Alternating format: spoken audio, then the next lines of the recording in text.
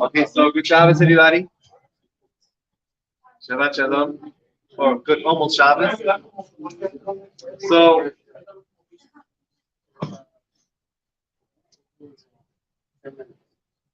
you know how sometimes there could be two versions of the same story? Right? If one person says the story one way, and then someone says the story a different way, it doesn't mean that one way is the right way and one way is the wrong way. It just means someone adds additional parts to the story which add a lot of light to the story. So that's what happened. You didn't say that. So in the Torah, we have a difference between the first four books and the fifth book. The first four books are the word of Hashem. The first four books come directly word for word from Hashem. The fifth book of Devarim is actually the words of Moshe. It's words of Moshe Rabbeinu. And Mishnah repeats the Torah in his take on it. And we find the difference in the different stories in this week's parasha. An example. The story of the spies. The story of the spies. So the way it's recorded in this week's parasha, Hashem tells Moshe to send spies, and he sends the spies, and 10 of them come back with a bad report, and Hashem gets upset, and you know the rest of the story. In Devarim, we find one little part here which we didn't know before, and that is he reminds us of the story, and he tells us that you guys came over to me and asked me to send spies. Well, 1 second. In this week's parasha, it seems there was Hashem tells Moshe to send spies. In the Devarim, it says, actually, the Bnei Yisrael, the Jewish people, asked for the spies. So, which one was it? Did Hashem ask us? Or? Is it also in this week's parsha where Hashem says, when yes, and that is a result of the spies that report. The question is, where did it start off with? Was it Hashem's idea to send spies, or was it the Jewish people's idea? This week's parasha shows that it's Hashem's idea to send spies, and in the Devarim it seems that it was the Bnei Yisrael's idea to send spies, and so we see that it was the Bnei Yisrael, but obviously there must be more to the story. We find a similar episode. We are in the book of in the book of Shmuel.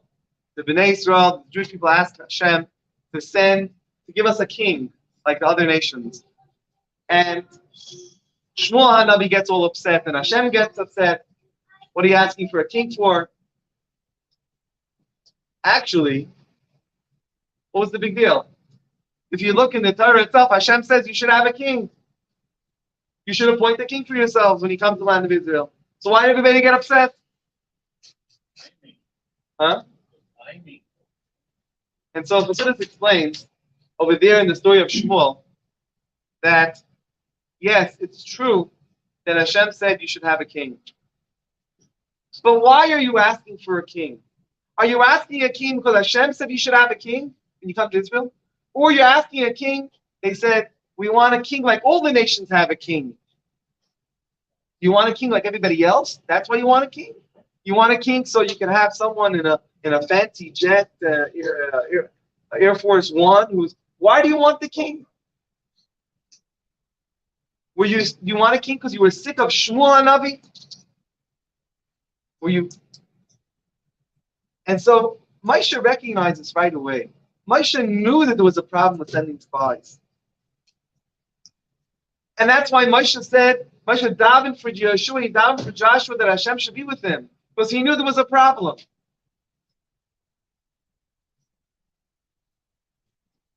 But he says, if they're asking for it, I have to give it to them. Because it only makes sense to send spies. When you go conquer land, you send spies. But why is it that they want the spies? Moshe said, this is the foul. He said, Hashem could do anything. Hashem just took us out of Egypt. Hashem gave us the man. Hashem split the sea for us. He did so much for us. He can't get us. He can't conquer the land for us. He can do anything. So Moshe was bothered by the lack of emunah that the Jewish people had. But there was nothing wrong with their request. So he said, okay. And Hashem said, okay, send. They want, send. But he davened for them because he was worried. And so this is really, so you have here, there's plan A, always, and there's plan B.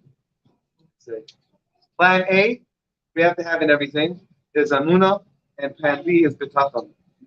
We have to have belief in Hashem, we have trust in Hashem. That's our plan A and plan B always. We have to rely on Hashem. We have to know who's boss, who's B, who's plan B. Plan B, we have to know who's boss. And when we know who's boss, we know who plan B is, the boss, we know the same boss as plan A. We have nothing to worry about. The same emunah.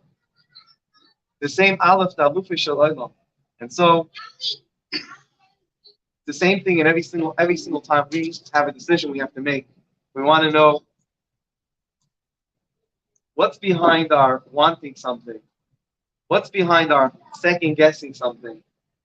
What's our motive? When someone wants to do a mitzvah, we don't have to right away ask, oh, why you want to do the mitzvah? So someone says, I want to dedicate a building. It should happen right away. I want to dedicate a building, right? We don't say, oh, what's your motive? Oh, you want to clear your name. That's why you want to have your name up there. That's why.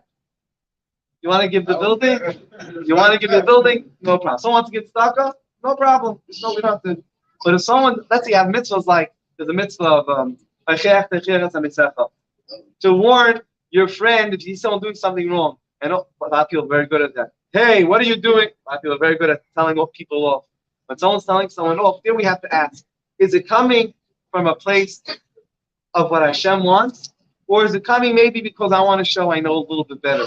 And there we have to ask that question. There we worry about what our ulterior motive is. And Hashem bless us all that we should always have a plan A and a plan B in place.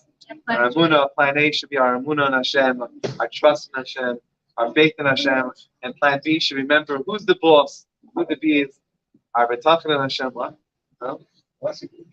What?